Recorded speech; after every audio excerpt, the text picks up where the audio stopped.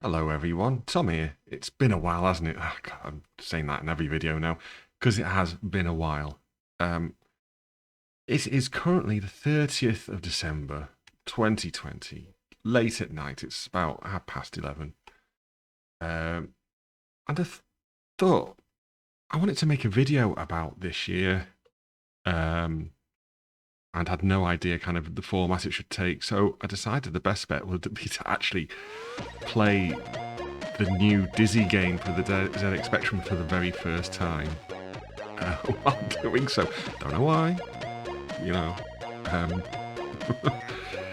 seems a bit of an odd choice to make, playing a game that requires, concentration on puzzles and the like, to make progress on while talking about what could be potentially quite heavy subjects. Although, to be quite fair, I intend only on kind of skipping world events.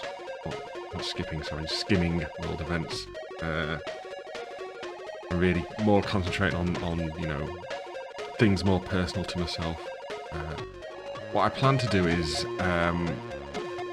actually kind of edit this down as well, just in case I go off on some massive tangents or something, or just completely freeze up. So if you hear any skips in the music, or you notice skips in the gameplay or anything, yeah, that's because I'm editing it down. If what you wanted was an unedited kind of playthrough of the game with impressions of what I'm thinking about it, this is probably not the video for you. Although I will be probably talking about the game, commenting on it as I go through.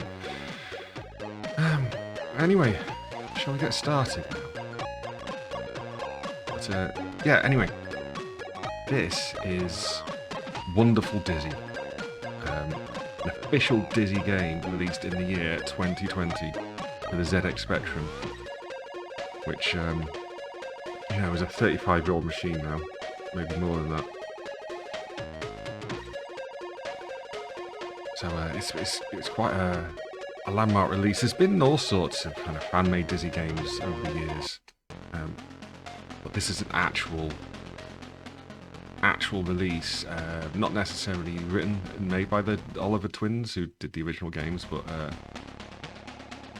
it's an official one anyway. Okay, so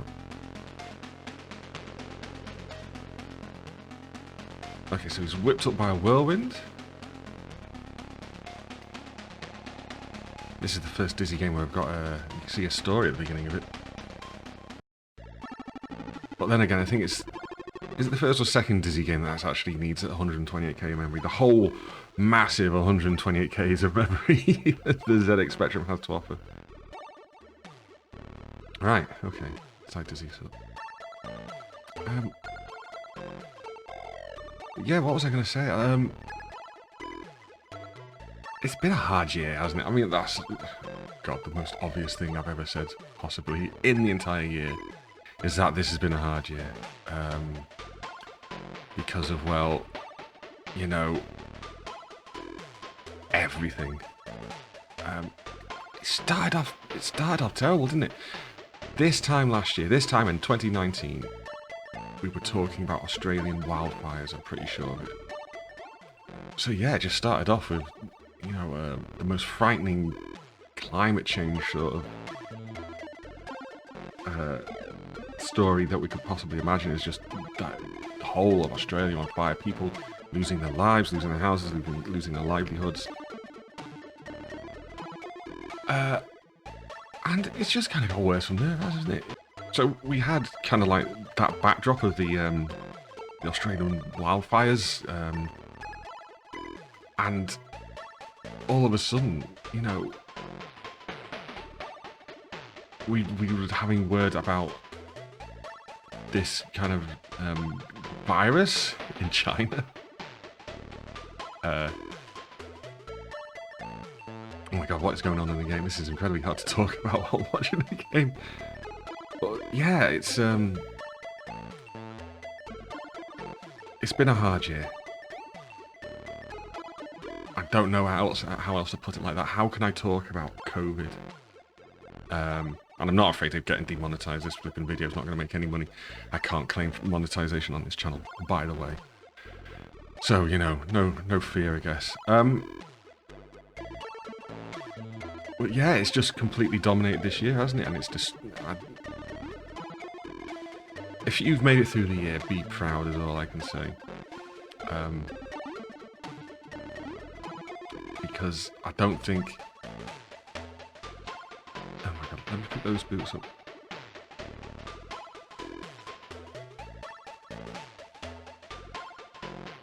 Oh, okay. Picked up boots. Great, okay. Well, this is story heavy, isn't it? Do you mind? I'm trying to talk about COVID here. Anyway, yeah, it's been a hard year in a lot of ways, but it's been actually a surprisingly good year in others. I mean, for a start, in February, the first thing that happened to me, you know, the notable thing is I became a mental health first aider, which is quite a big thing for me. I know a lot of my friends fight with their own mental health almost on a daily basis. Oh, I suppose anybody with mental health issues does. So I'm happy now to be in a position to, you know, help people. I'm no psychotherapist, obviously. It was a 2-day course, for crying out loud. So, you know, I'm not going to be able to cure depression or anything miraculous like that, but I'm now in a position where I can, you know, be there for people who need that helping hand, whether it's, you know, they just need someone to talk to, or they're in, you know, they're having a full-blown kind of breakdown and a risk of suicide. You know, we learn how to talk to people who are suicidal. It was a very emotionally draining course, you know, intended over 2 days, talking about yourself and talking about your own mental health, which you had to do as part of the course. Because if you can't talk about your own mental health, how are you supposed to help others, right? Oh, where am I going? But yeah, I mean, like,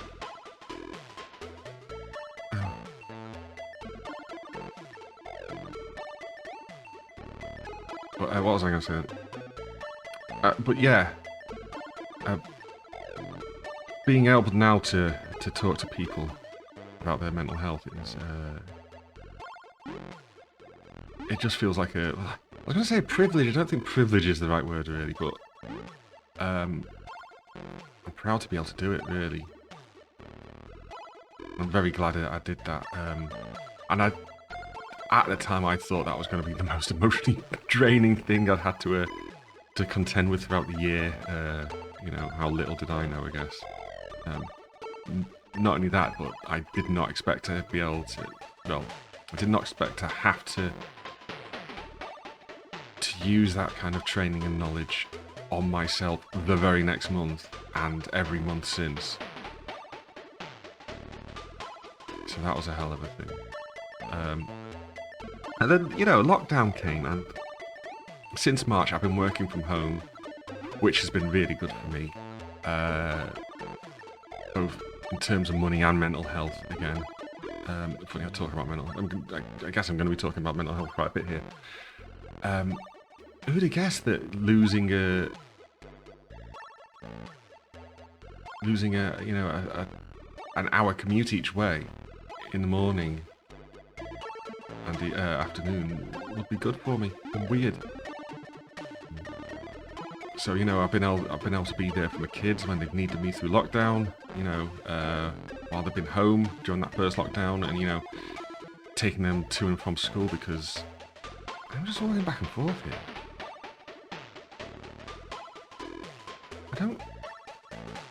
I don't see anything to use these scissors on, or anything else to pick up, or anywhere else to go. This video's gonna be a disaster. I'm chatting away, not really paying attention. 3 hours later.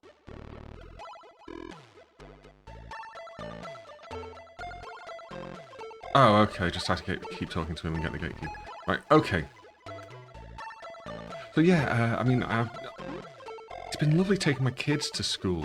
And it's only the end of the road to school. But it's been lovely to take them to school every morning and pick them up again. Because the nursery, obviously the nursery's been closed because of the lockdown and everything ever since. So, and that's also a nice way to save some money, isn't it? You not have to take them to nursery every day.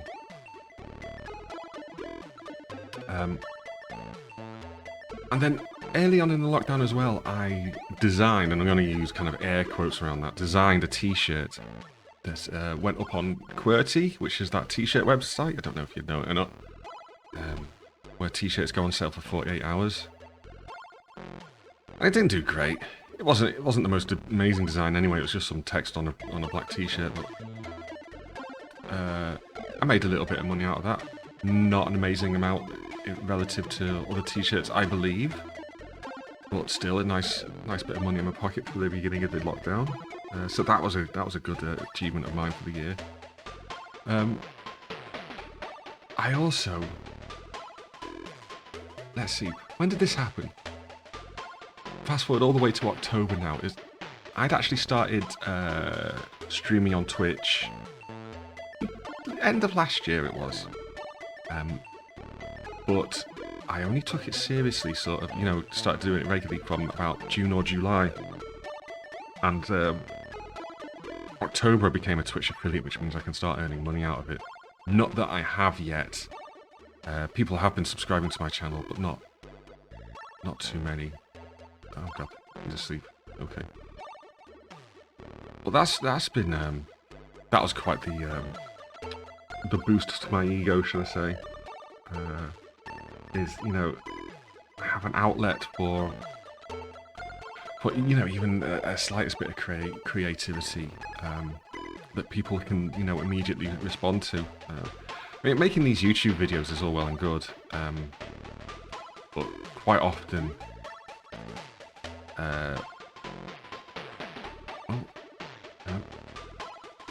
But quite often what happens is, I'll spend a lot of time making one of these videos, and then it gets about 20 views, and you feel really shitty about it. Pardon my language. But, with Twitch you can kind of sit there and you can have, even if it's just a handful of people in chat, just responding to what you're saying and doing. It's just really nice.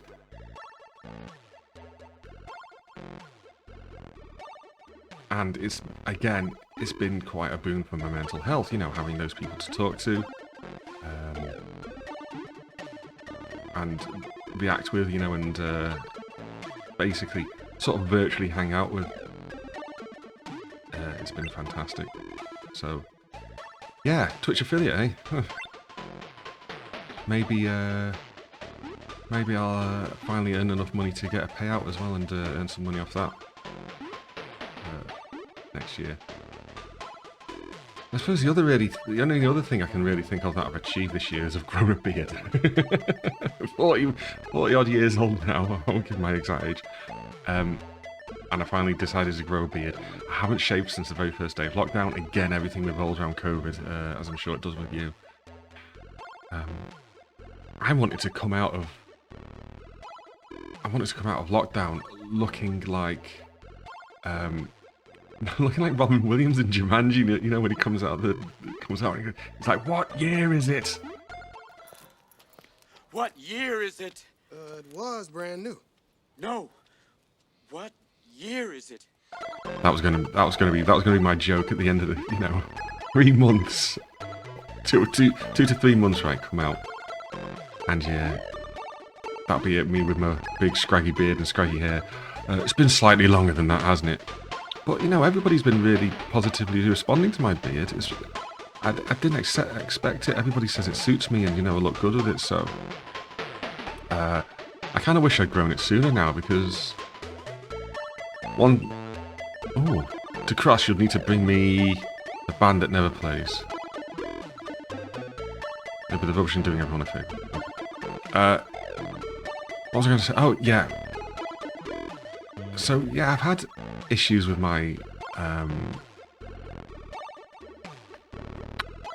what's the word? I had issues with my personal, personal appearance wouldn't be the right word, I guess. Move my confidence over my appearance and how I look. You know, I've never felt like an attractive person. And finally I've got people going, oh yeah, you look really good with this beard, so that's been a boost. So, growing a beard doesn't sound like an achievement, but it flipping feels like one, let me tell you. So thanks for everybody who's taken a look at my beard and gone, oh yeah, you look really good with that. You've done wonders for me.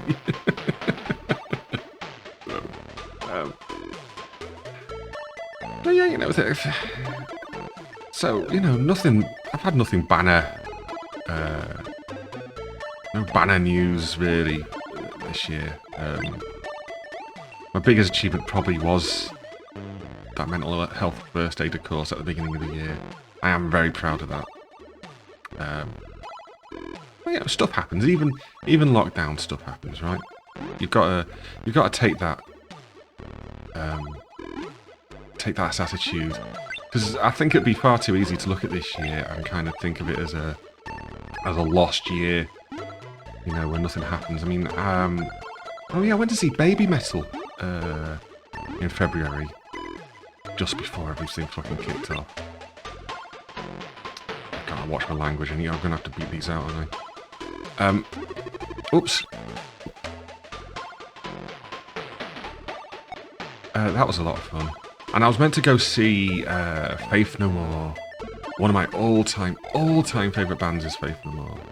Got tickets to see them last June. Obviously that didn't go ahead. And all being well, and fingers crossed we're out of it by then, those tickets will still be good for next June when they just do the same dates, but a year later.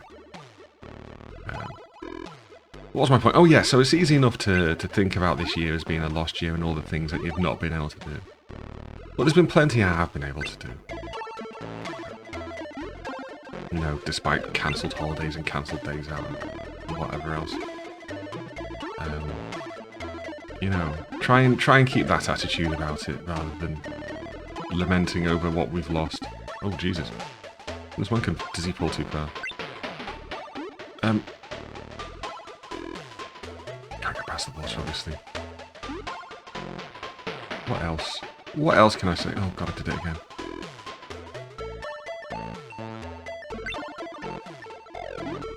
I suppose really I could talk about as well the games I've played this year. And, you know, despite this being quite... Oh god, I've lost a life. Despite my channel being one that's very kind of heavy on the retro game coverage, because I'm an old fart. Damn it. I haven't played a huge amount of retro games this year. I put my Spectrum back in the cupboard for the time being. You know, my Amiga's away in the cupboard. This is being emulated rather than on my real Spectrum, which is not like me at all, but I couldn't be bothered getting it out. So, all the games I've been playing are kind of the newish ones, especially with the Xbox and PlayStation 5 coming out. I got myself an Xbox Series X, which is very nice. I do recommend. But yeah, first, I think the first game this year that I really enjoyed was actually a Picross game called Murder by Numbers, which is by a company called Mediatonic, who you may know later on in the year released a game called Fall Guys, and I'll come back to that later on, but same company released a Picross game, Murder by Numbers. And basically, it's... If you've ever played Phoenix Wright, they've got the guy who did the music for that to also do the music for Murder by Numbers, and the art's very reminiscent. It might even be the same guy again doing this, you know. Well, not the same guy who did the music, but the guy who did the art for Phoenix Wright might have done the art for this. Either way, it's very reminiscent of Phoenix Wright. You know, it's oh god, what's the name of it? I forgot the name of the main character.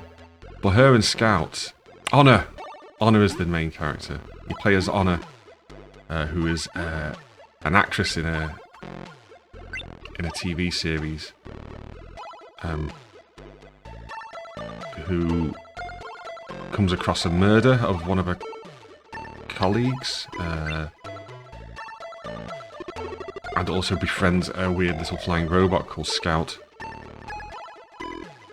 And it kind of goes from there, and you solve puzzles by solving, the Picross thing. So you'll get Scout to scan the room, and you'll find a puzzle, and you solve the puzzle, and it'll be like, oh, this was a computer, and then they interact with the computer and stuff.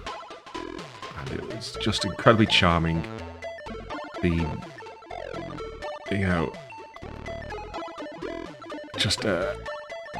have thought a Picross game would beguile me so much? But there we go. Played the hell out of Murder by Numbers. What a great game that is. And then, on the same day, we got Doom Eternal and Animal Crossing released. Both on the same day. And there's, all those memes about it with Isabelle from Animal Crossing meeting the Doomslayer. My problem is, Doom Eternal, superb game, loved it to bits. It will always be associated now with lockdown to me, because my overriding memory of Doom Eternal now is playing it while Boris Johnson was on the telly announcing that we were all going to go into lockdown for however long it was meant to be at the time. And just going, what are we going to do? My wife got furloughed. I mean, I thankfully could work from home. But, my wife on furlough was all very concerning. As I'm sure everybody else was concerned. God, I'm not concentrating on where I'm going. So yeah, that's unfortunate, isn't it? That's what Doom Eternal's going to be for me forever. It's just going to have that,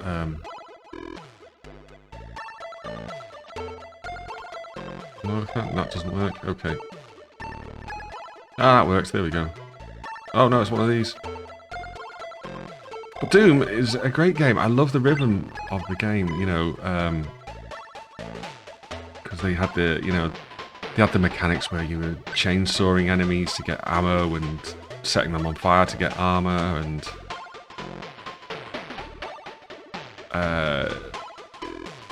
doing the glory kills to get health. And you kind of, you had to get that rhythm going between those three things to kind of, one, kill the enemies, and two, keep yourself alive and fully stocked with ammo. And I get that it put off quite a few people, but I personally thought it was superb.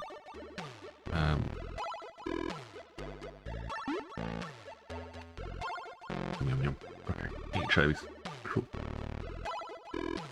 Yeah, Doom Eternal. I'm going to have to play through that again and see if I can rinse myself of that memory of lockdown. Maybe it's something for me to stream once we are properly out of COVID times, whenever that may be. And then Animal Crossing came along at the same time, but funnily enough, that hit very differently because it kind of gave us that social contact that we kind of needed right at the start of the lockdown, So people like forming communities around Animal Crossing and visiting each other's island, and I did a fair amount of that. Although I did fall off it within a couple of months. I know a lot of people are still playing it, and there's been a lot of talk about the Toy Day, which is Christmas Day, but in Animal Crossing, because they don't mention religion at all. I want to keep it non-denominational for everybody, obviously. But yeah, that's a lot of fun. I've been playing Animal Crossing since the very first one. I imported it for my GameCube. So yeah, that was a very calming game, a very sociable game, and that just hit exactly the right time for everybody, didn't it? I wasn't paying attention to what was going on there, so I might have missed an important puzzle. Never mind.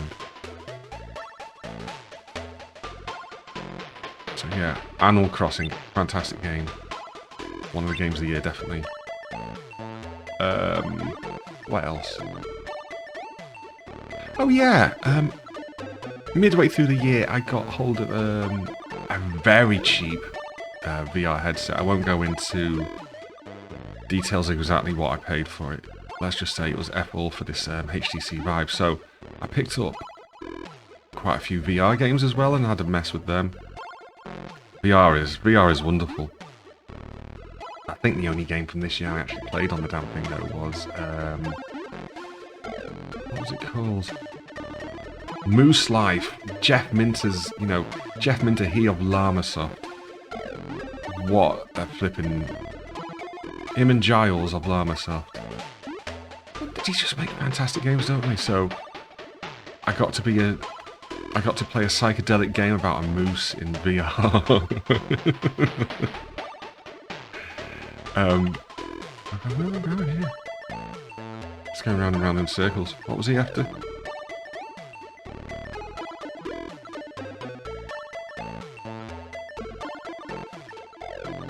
Okay, so he needs his leg back. Fine, okay. I do not have his leg, do I?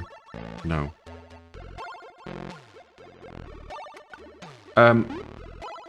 Yeah. I mean, Minter's games are nice and cheap, so... Oh yeah, look, here we go.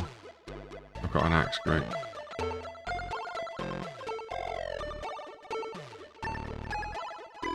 Right, so he's giving me his axe. He wants to see the wizard himself. Of course he does, because it's Wizard of Oz, isn't it? What was I just saying? Oh yeah, that's right. I was praising Jeff Minter, wasn't I? Yeah, go on. His games are nice and cheap. Go check them out. They're very... What would be the word I could use for them? Jeff's personality comes through very strongly in all of his games. He loves his farmyard animals, his sheep, his llamas, his goats. If you follow him on Twitter, you'll see he has a field full of them. He keeps them as pets. He goes out and feeds them every day and streams it. He's got himself a Wi-Fi extender at the bottom of his field just so he can, live stream him feeding his pet livestock. Oh God, I love Llamasoft games. I always have. He's been one from the days of the Spectrum making these mad games. What came next after that? Fall Guys. I mentioned Fall Guys before. Fall Guys, I think, would be the next game to mention. By Mediatonic, who did Murder by Numbers. And Fall Guys was a sensation for a little while there, wasn't it? And, it was plenty of fun. It was a bit of a flash in the pan for me. But I still really enjoyed it. Just games full of how many? What is it? How many people is it? Like 80 people in a match or something like that. And yeah, it was just like Takeshi's Castle. What did I get out of him then? Absolutely goddamn nothing. What a stinker. I can't get over that, can I?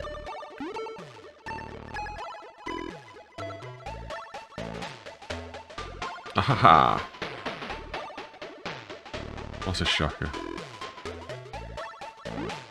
Am I okay just doing that? Yeah. No! He rolled off. Oh no!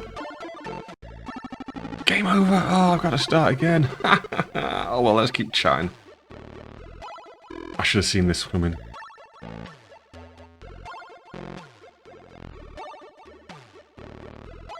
But yeah, Fall Guys again was one of those social games that came along.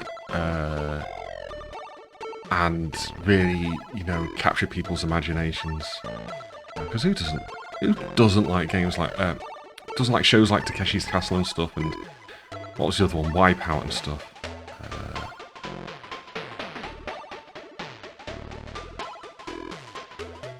Oh yeah, that's right. So, while it was kind of short-lived for me, like I said, but yeah, that was a really fun game. And again, people are still playing it, and they're still doing different seasons. And I think I might have to go back to that this month and give that another shot. But it kind of quickly got shouldered out the way by Among Us, which, hey, that wasn't released this year, but it came to prominence this year. So, you know, everybody's going to be including it in the Games of the Year lists, I think. And ultimately, it's just, well, it's not just, but it is kind of a video game adaptation of, you know, of social tabletop games such as Ultimate Werewolf or Secret Hitler. Things like that, you know, where you've got to find the, well, if you played Among Us, you know you've got to find the imposter, figure out who it is. One of the players is an imposter, or two of the players, depending on how many there are in the game. And yes, it was such a cool social game because it kind of brings people together, you know. I would say playing it with random people is absolutely useless. So getting together with friends over Discord and playing that has been a lot of fun. I know it's upset quite a few people because I know some people don't like lying to their friends. And, oh, you've got to lie. You've got to say, no, I wasn't here. I was up in engineering and doing this and that, and I didn't see this person at all. But I did see this person coming from electrical. I reckon it was them, you know, trying just to throw a spanner in the works.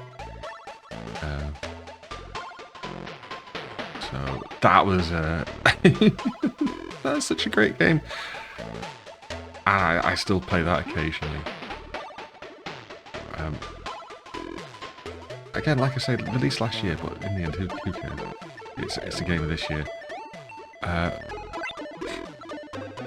One of my absolute favourite. This was going to be my favourite. You know, this for a while was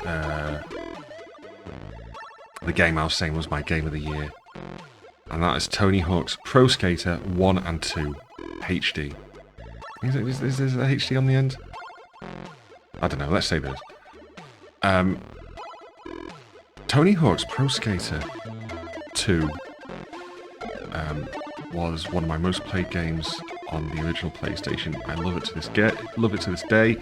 I went through and 100%ed it again before the release of Tony Hawk's Pro Skater 1 and 2 for the Xbox. You know, in preparation. And then this came out, and it's just a brilliant update to the game. That just was so completely authentic to the originals, and at the same time, absolutely stunningly beautiful. They did such an incredible job of it all, and just made it look incredible.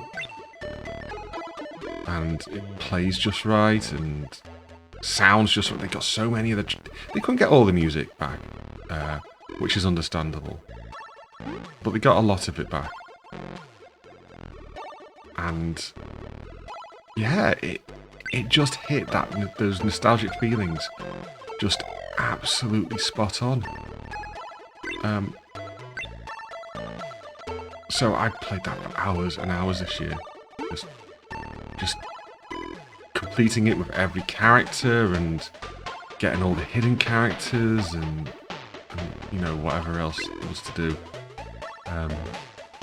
You know, trying to get high scores. I made videos about it for this channel, which fucking no one will watch, but never mind. Yeah, what a superb game that is. And I was, like I said, it was going to be my, you know, I thought it was my game of the year for so long. For so long. And then Hades came along. And Hades has been in early access for a few years now, actually. But I didn't play it up until the full release.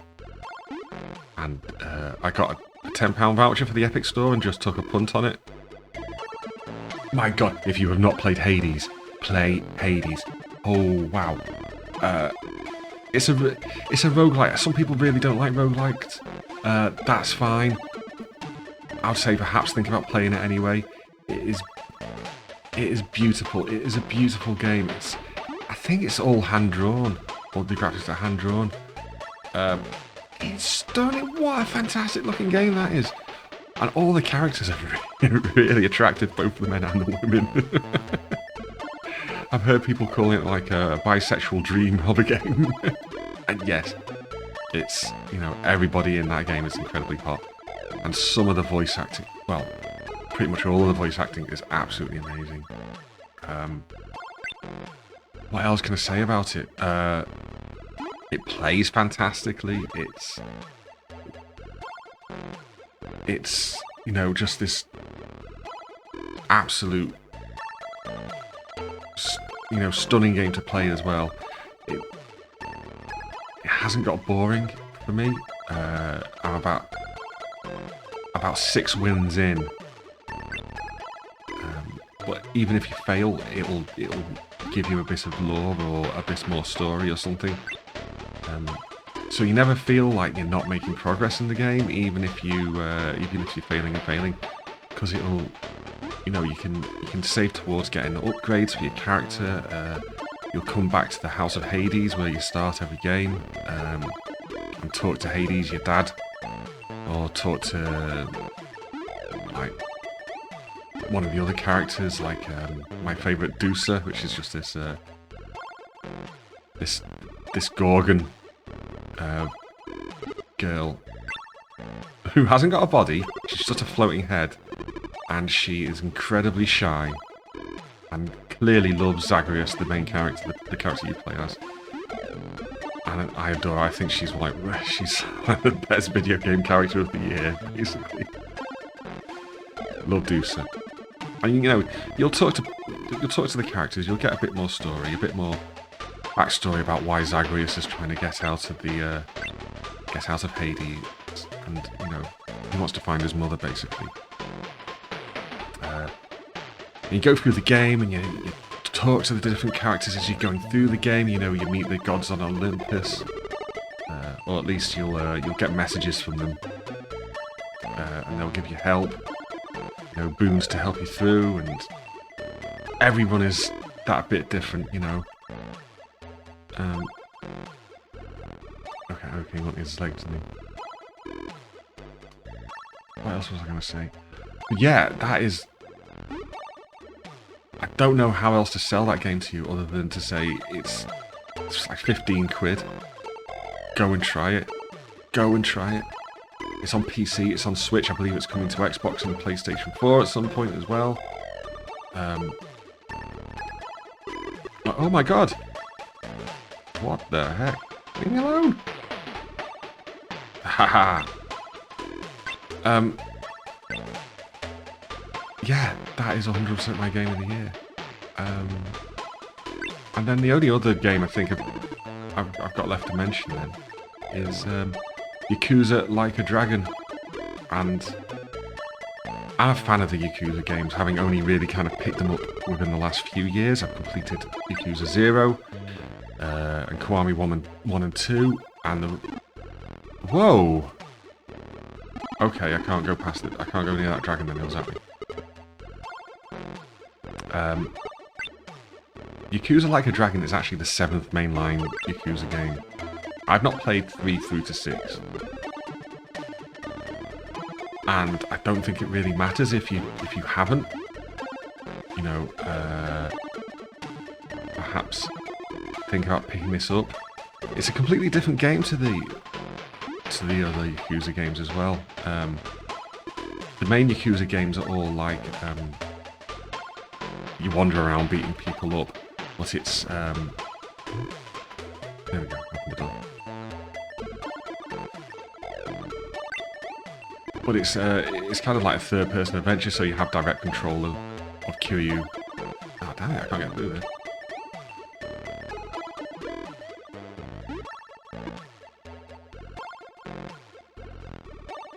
Oh, I've got to flip this switch, okay.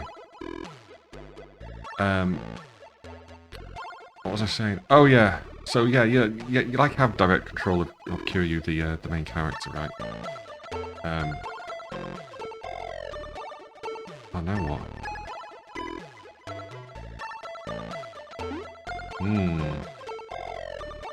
Puzzle. Oh no, get off me! No, I'm gonna die. Go through this door and die. Ugh.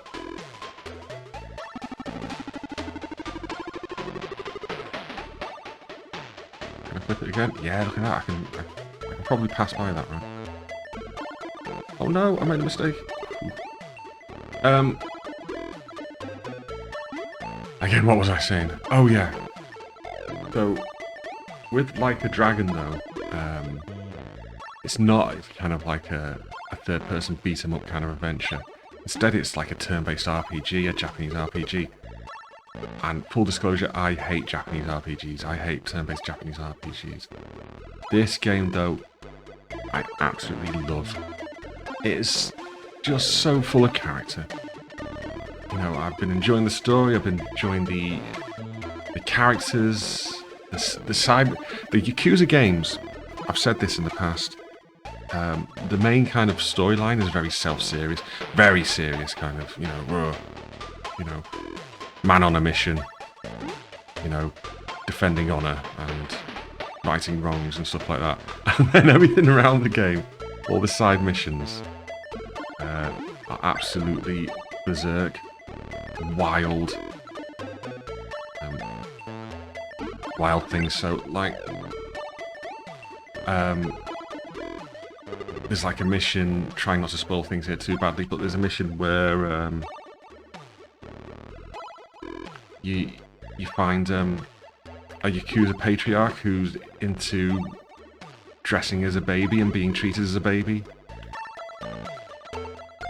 And you end up fighting him while he's dressed in this nappy. Which, fair play, I guess, on the fella. You like what you like. How else could I put that? Oh, no, wrong door.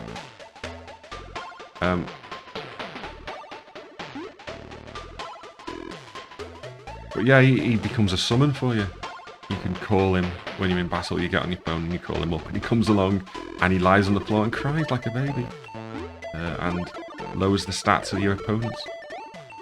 And I also, as a summon, I've also got a pack of crawfish led by a crawfish called Nancy-chan. Oh my god, what are they doing to me? No, get off. Oh no.